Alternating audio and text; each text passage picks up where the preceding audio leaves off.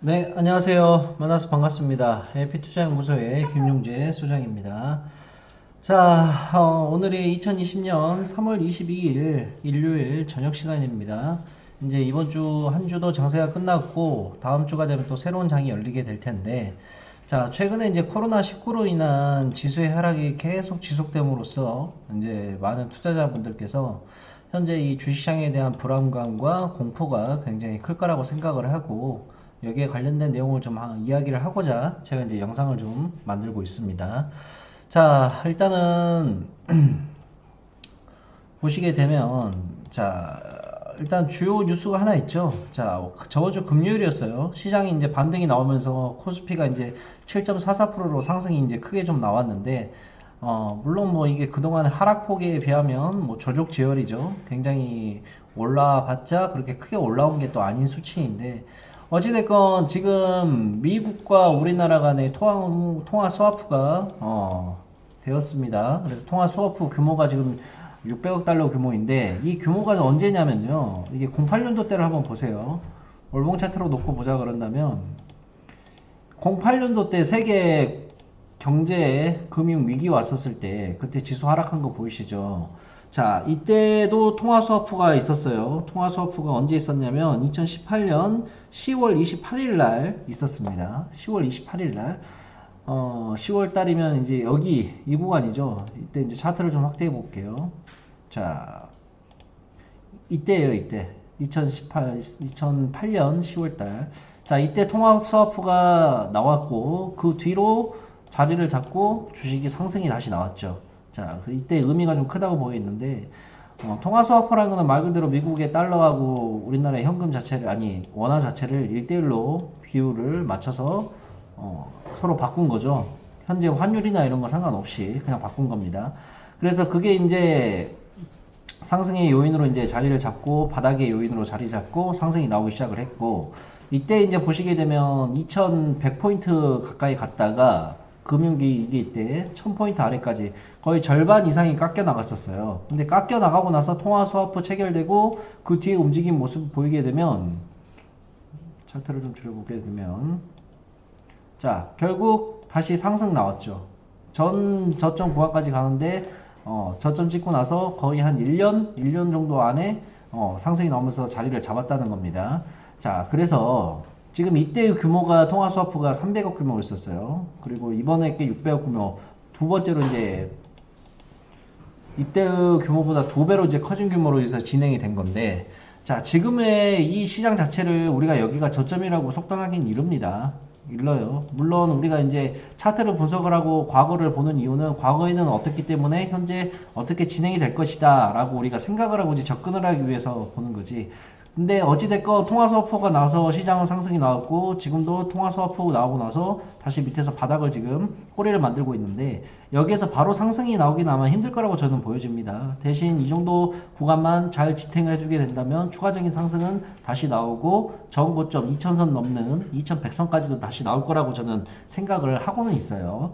자, 그러면 우리가 현재 구간에서 어떻게 매매를 해야 되느냐, 그게 가장 걱정이 되실 거라고 저는 생각을 합니다.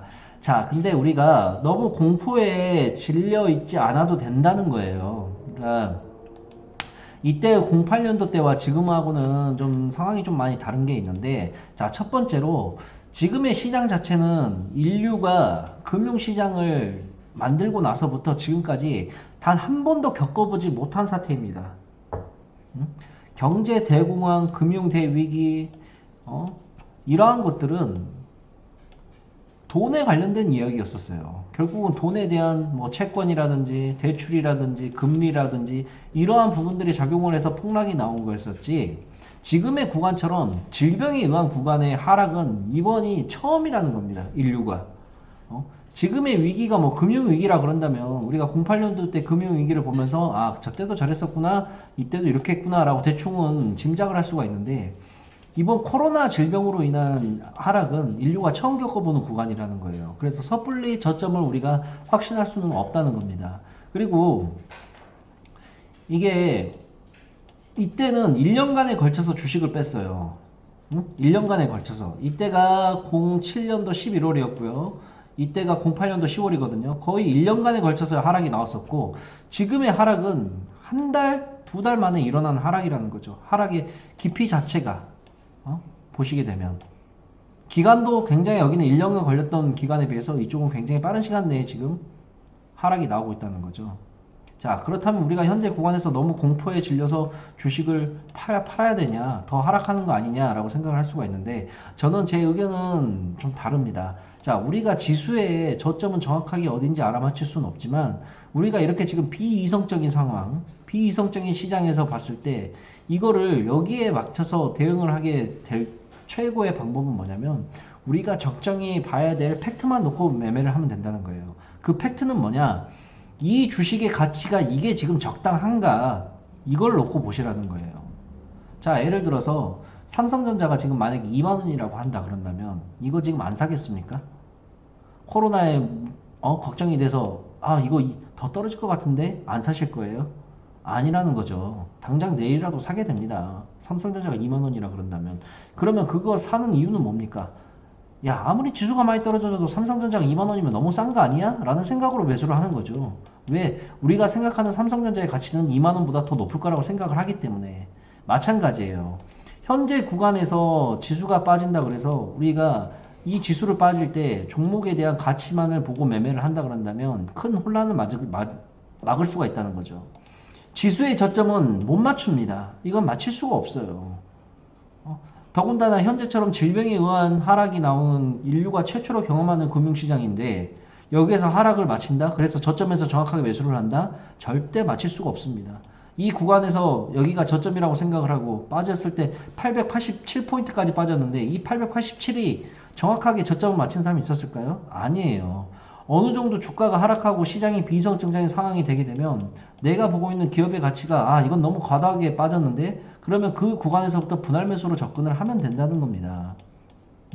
마찬가지예요. 지금 구간에서 넉놓고 있을 게 아니라 지금부터의 구간에서는 추가적인 하락이 나올 수도 있습니다. 물론.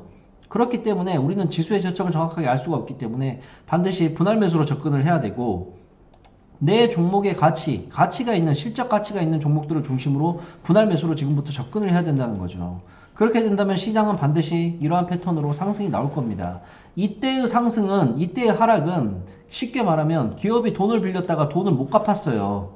근데 그런 기업들이 한두 개가 아니었단 겁니다. 대기업도 있고 그러다 보니까는 무너진 거고 지금의 구간은 이러한 금융적인 부분이 아니라 질병에 의해서 일할 사람이 없는 거예요. 일을 해야 되는데 일을 할 수가 없으니까. 그래서 빠지는 거죠. 공포가. 근데 결국은 이 문제는 질병에 대한 문제가 해결이 되게 되면 상승이 나올 수밖에 없는 거죠.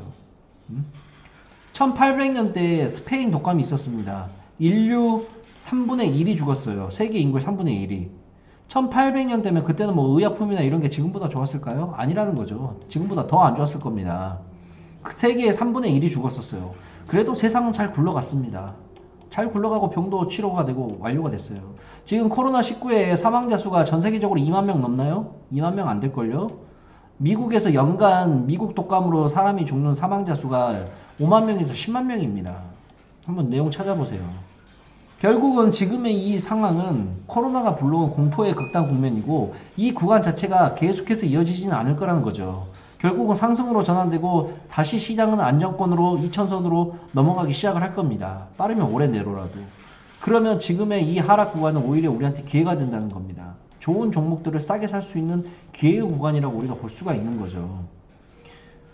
08년도 때도 마찬가지예요. 지금보다 더 최악의 시장이었습니다. IMF 터졌을 때. 이때가 IMF 때인데 이때 보시게 되면 천선이었어요. 천선에서 277까지 빼졌습니다. 이 구간에서도. 1000포인트가 277까지 빠진 거예요. 말이 안 되는 수치죠. 물론 이때는 98년 IMF 경제위기가 있었기 때문에 결국은 시장은 어떻게 됐습니까? 상승이 한번 크게 나왔어요. 08년 때도 마찬가지였고 자 지금도 저는 마찬가지라고 생각을 합니다. 시장의 하락이 언제까지 지속되지는 않을 거예요. 반드시 이제부터 저점을 찍고 나서 반등의 구간으로 나올 건데 저점은 정확하게 우리가 어딘지 알아맞힐 수가 없으니 지금 현재 구간에서부터는 종목들을 실적 가치주의 종목들을 분할 매수로 접근을 할 필요성이 반드시 있다는 거죠. 어찌됐건 지금 미국 증시가 빠지는 거는 코로나 영향으로 인한 것도 있지만 코로나 영향으로 지금 석유 관련된 석유 값이 폭락을 해가지고 생긴 건데 결국은 미국하고 사우디하고 러시아하고 관련돼 가지고 액션이 있을 거란 말입니다. 응? 미국이 엊그저께 이제 얘기를 했죠. 트럼프 대통령가 사우디와 러시아의 석유 관련돼서 개입을 하겠다라고 얘기가 나오자마자 석유값이 바로 반등이 나왔어요. 결국은 개입을 하게 될 겁니다. 미국의 셀가스 업체들 때문이라도. 그러면 이 유가만 어느 정도 되고 미국과 사우디가 감산 결정에 서로 합의만 한다 그런다면 주식은 생각보다 빠르게 시장이 반등이 나올 수도 있어요. 결국은 불안감이 가성이 돼서 나오는 건데 이 불안감에 대한 문제는 눈으로 보여지는 게 있게 된다면 해결이 되게 됩니다. 그게 전초가 제가 봤을 때는 사우디와 러시아의 석유 감산에 대한 합산의 문제가 곧 나올 거라고 추측이 되기 때문이죠. 그러니까 너무 시장에 대해서 겁먹지 말고 하락이 나오게 되면 상승이 나와요. 지금의 주가가 말이 되는 거라고 생각을 하십니까? 상식적으로 2020년이에요 지금이. 근데 현재의 주가는 언제적 주가냐? 2009년도 2008년도 때의 주가입니다. 서브프라임 터졌을 때 바닥 찍고 나서 올라오는 주가의 형태밖에 안 돼요. 응? 솔직히 여기서 더 빠져준다? 전 더 땡큐입니다. 더 좋은 종목들을 더 싼 값에 살 수가 있으니까. 이때 주식 산 사람들, 이때 주식 산 사람들, 하다못해 삼성전자만 샀더라도 떼돈 벌었을걸요? 이해 가시죠? 개인 보유 종목들 물론 다들 물려 있으실 겁니다. 뭐 한 적게는 마이너스 20%에서 많게는 마이너스 40%, 50%까지 가는 종목들도 있었을 텐데 그 개인 보유 종목들 굳이 지금 손절할 필요가 없어요. 손절해봤자 의미 없습니다. 시장이 비이성적으로 움직이고 있는데 이성적으로 생각을 해서 종목을 판다? 손절이라는 거는 시장이 정상적으로 움직였을 때 하는 게 손절인 거고 이렇게 비이성적으로 시장이 빠지는데 내 종목만 올라갈 수는 없어요. 다 빠지고 있는 장세입니다. 그런데 현재 그 구간에서 손절을 한다는 의미 없습니다. 시장은 다시 반등 나올 겁니다. 나오게 되면 최소한 손실률을 줄여놓은 상태에서 손절을 해야 되지 지금 현재 던지는 거는 공포에 질려서 투매하는 꼴밖에 되지는 않는다는 거예요. 이해 가시죠? 그러니까 너무 시장에 겁먹지 마시고 지금부터는 실적 가치의 중심주들을 보유를 해라. 분할 매수로 접근을 해야 된다. 그게 핵심입니다. 그리고 하다못해 종목들 보실 때 매수를 할 때 이거 세 가지만이라도 보세요. 연간 매출액 보시고요. 단기 순이익 보시고 그 다음에 영업이익 보시고 그리고 마지막으로 시가총액. 연간 매출액이 얼마를 찍고 있는데 시가총액이 너무 말도 안 되는 수치로 빠졌다. 근데 영업이익과 단기이익도 좋다. 그러면 그런 종목들을 바로 찾아서 매수를 해야 된다는 겁니다. 아시겠죠? 그런 식으로 매매 전략을 잡고 개인적으로 물려있는 종목들은 굳이 현 구간에서 손절하지 마시고 의미 없으니까 시장이 반등 나올 때 최소한 손절 구간을 최대한 적게 잡아서 손실금을 적게 만든 상태에서 매매를 하셔라 라는 게 되겠어요. 시장은 반등은 생각보다 빨리 오고 크게 옵니다. 비이성적으로 빠졌을 때 올라오는 속도는 더 빠를 거예요. 아시게 되겠죠? 그래서 그 내용 생각하시면서 다음 주 매매를 한번 진행을 해보시고 힘든 시장이지만 너무 좌절하지 마십시오. 너무 좌절하지 마시고 시장은 상승이 나올 거니까 지금 구간 또한 지나갈 겁니다. 그러니까 모두들 힘내시면서 다음 주 매매 또 한번 진행을 한번 해보도록 하겠습니다. AP투자연구소의 김용재 소장이었습니다. 마지막으로 좋아요와 구독 한 번씩 눌러주시면 큰 힘이 되겠습니다. 자, 그리고 저희 홈페이지 찾아오시는 방법은 네이버에서 AP투자연구소를 검색을 해주시면 됩니다. 그래서 이렇게 네이버에서 AP투자연구소 라고 검색을 해주시면 저희 홈페이지가 이렇게 맨 위에 나오거든요. 그래서 여기 누르시게 되면 저희 홈페이지가 나오게 되면 홈페이지 관련된 내용들이 쫙 있으니까 이 내용 한번 보시면서 매매를 진행을 해주시면 되겠습니다. 자, 감사합니다. 내일장도 최선을 다해 보도록 하겠습니다. 편안한 저녁 되십시오.